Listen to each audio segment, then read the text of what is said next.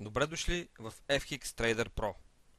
В тази лекция ще ви покажем основните характеристики на търговската платформа. След като изтеглите FX Trader Pro от менюто Download в нашия сайт, на десктопа на вашия компютър ще излезе файла. Нека сега отворим файла. Както виждате, платформата е проста, но в същото време много функционална. Нека започнем с отварянето на вашия акаунт от менюто Файл, Логин. Попълнете, моля, номера на акаунта ви и вашата парола. Дайте отметка, ако искате да запазите информацията, след което натискате бутона Активиране. След като вече влязохме в сметката ви, нека разгледаме основните менюта. Това са Файл, Изглед, Добавяне, Настройки за графика, Инструменти, Прозорци, накрая Инструкции за помощ. Цените са разположени в прозореца Market Watch. Можете да видите всички търговски инструменти, дърпайки скролера надолу и нагоре.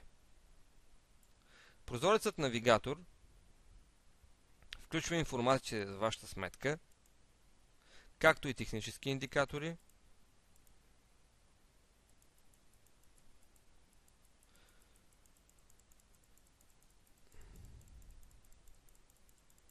експерти,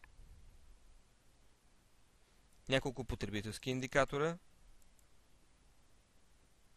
плюс криптове.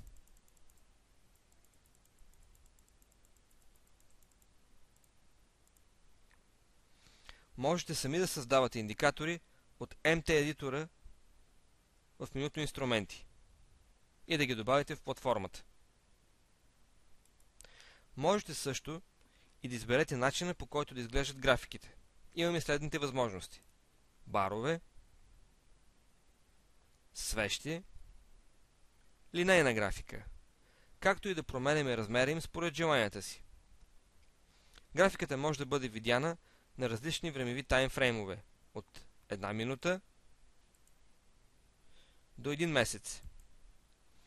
Прозорецът Терминал съдържа информация за вашата търговия, история на акаунта, новини, сигнали, поща и накрая журнал. Нека сега да пробваме да пуснем една поръчка. Избираме бутона Нова поръчка, избираме си символ от падащото меню, даваме обем и натискаме примерно Buy. Успешно отворихме поръчка. Можем да я видим в прозореца Търговия.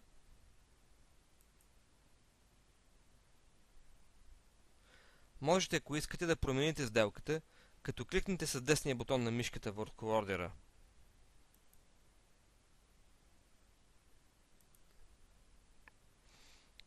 Забелязваме две възможности: стоп поръчки и лимит поръчки.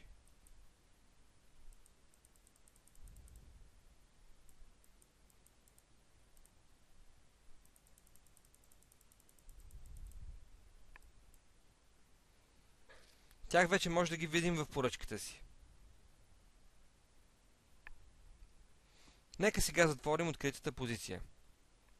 С десния бутон натискаме върху ордера и избираме опцията Затвори. Когато ордерът ви се затвори, той автоматично се прехвърля в Account History. Нека сега да пуснем отложена поръчка. Отново избираме инструмент от падащото меню.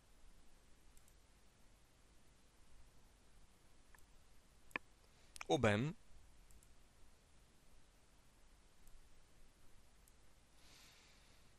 И избираме какъв да бъде отложеният ордер.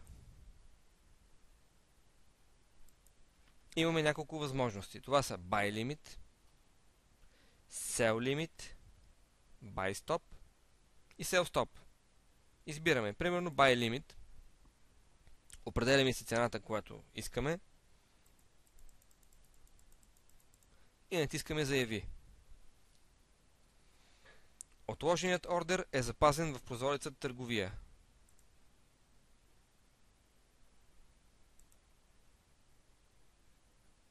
Можете да го изтриете, като с десния бутон кликнете върху него, изберете Промяна или изтриване на поръчка, след което избираме Изтриване. Както виждаме, ордерът е изтрит успешно. Вече разгледахме основните характеристики на FX Trader Pro. Благодарим ви и успех!